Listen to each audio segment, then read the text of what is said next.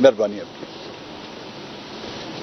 جی اپنا امیر حیدر صاحب بات کریں. بسم اللہ الرحمن الرحیم. یہاں پر مجھ سے پہلے جو قائدین تشریف فرما ہیں انہوں نے اپنی بات کہی ہے.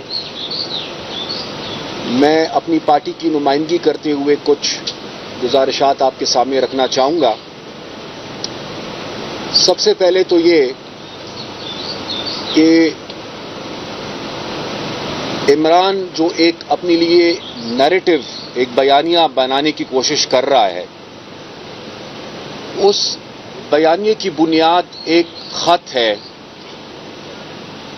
بقول اس کے وہ کہتا ہے کہ میرے خلاف ایک بین الاقوامی سازش کی گئی ہے اور مجھے دھمکی دی گئی ہے. سب سے پہلے تو میرے خیال سے یہ حقیقت سامنے آنی چاہیے کہ اس خط میں اور اس دھمکی میں کتنی سچائی ہے. اسلام آباد میں ایک سیکیورٹی کانفرنس ہوتی ہے. اس سیکیورٹی کانفرنس میں ایک دن اس وقت کے وزیر اعظم آتے ہیں، ان کی تقریر بھی ہم سنتے ہیں، اور اس کے اگلے دن اسی سیکیورٹی کانفرنس میں ہمارے آرم فورسز کے سربراہ آتے ہیں، وہ بھی بات کرتے ہیں اور وہ بات بھی پوری قوم نے سنی. سب سے تو پہلے یہ طے ہونا ہے کہ آیا ان کے خلاف سازش کی گئی یا نہیں کی گئی، اور اس کی ضرور تحقیقات ہونی چاہیے تاکہ سچ سامنے آ سکے. دوسری گزارش میں یہ کرنا چاہوں گا کہ پہلے کا بیانیہ کہ نیا پاکستان دو نہیں ایک پاکستان، مدینہ کی ریاست، 1 کروڑ نوکریاں، 50 لاکھ گھر، وہ بیانیہ تو پٹ چکا. اس بیانیے کے ساتھ تو یہ دوبارہ الیکشن میں نہیں جا سکتے تھے، لہذا اب یہ نئے بیانیے کے ساتھ الیکشن میں جانے کی کوشش کر رہے ہیں. لیکن خدا کا خوف کریں، اپنی سیاست کے لیے ایسا بیانیہ نہ ڈھونڈے جس سے پاکستان تنہائی کا سامنا کرے، جس سے پاکستان کی مشکلات مزید بڑھیں. یہ پاکستان کے ساتھ کھلواڑ کیا جا رہا ہے اس وقت اپنی سیاست کے لیے. تیسری بات میں یہ کہنا چاہوں گا کہ سازش ہوئی یا نہیں ہوئی، دھمکی دی گئی یا نہیں دی گئی، یہ ابھی طے ہونا ہے. لیکن اس سازش کو اور اس دھمکی کو اپوزیشن کے ووٹ آف نو کانفیڈنس سے جوڑنے کی کوشش کی جا رہی ہے. یہ دو الگ الگ چیزیں ہیں. اس کو اس لیے جوڑا جا رہا ہے تاکہ عمران خان اپنے لیے کوئی راستہ نکال سکے.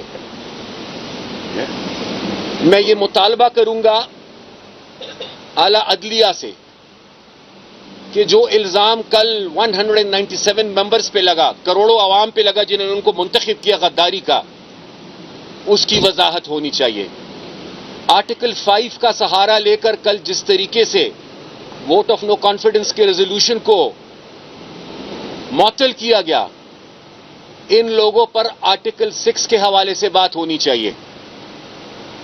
اور میرے خیال سے ہر پارٹی کا اپنا فیصلہ اور اپنا ان کا جو بھی سوچ ہوگی، لیکن میرے خیال سے شاید پچھلا 1 مہینے ہم نے پوری توجہ دی ان ہاؤس چینج اور معاملات پر، اور شاید عمران کو یہ موقع ملا کہ وہ سیاست کے میدان میں ایک بیانیہ بنانے کی کوشش کرے، ایک غلط، ایک جھوٹا بیانیہ.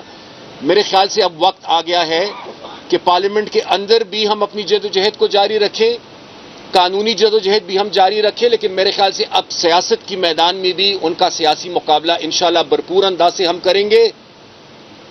خوشیاں وہ کل سے منا رہے ہیں کہ جی مبارک ہو مبارک ہو. مجھے ایک پرانا قصہ یاد آ گیا کہ کسی کو پھانسی کی سزا ہو گئی، تو پھانسی سے 1 دن پہلے اس کو جب پھانسی ہونی تھی تو 1 دن پہلے اس نے خودکشی کر لی. تو اگلے دن اس کے برادری والے سب جمع ہو گئے کہ جی مبارک ہو ہم پھانسی سے بچ گئے. تو عمران خان صاحب نے غیر جمہوری طریقے سے اپنے آپ کو عدم اعتماد سے بچانے کی کوشش کی، اپنی حکومت اور اسمبلیز ختم کر ڈالی، لیکن انشاءاللہ اللہ نے چاہا تو دوبارہ انہی اسمبلیز میں یہ مسئلہ جائے گا، انہی اسمبلیز کے ذریعے عدم اعتماد ہوگا اور انہی اسمبلیز کے ذریعے ایک نئی حکومت منتخب ہوگی، اور وہ حکومت پھر یہ فیصلہ کرے گی، وہ وزیر اعظم فیصلہ کرے گا، وہ حکومت فیصلہ کرے گی کہ الیکشنز کب ہونے ہیں. اور ظاہری بات ہے کہ الیکشن سے ہم راہ فرار اختیار نہیں کرنا چاہتے، ہماری بھی خواہش ہے، لیکن پہلے الیکشن ریفارمز، اس کے بعد الیکشنز. شکریہ. ایک منٹ مختصر جی. بسم اللہ الرحمن الرحیم.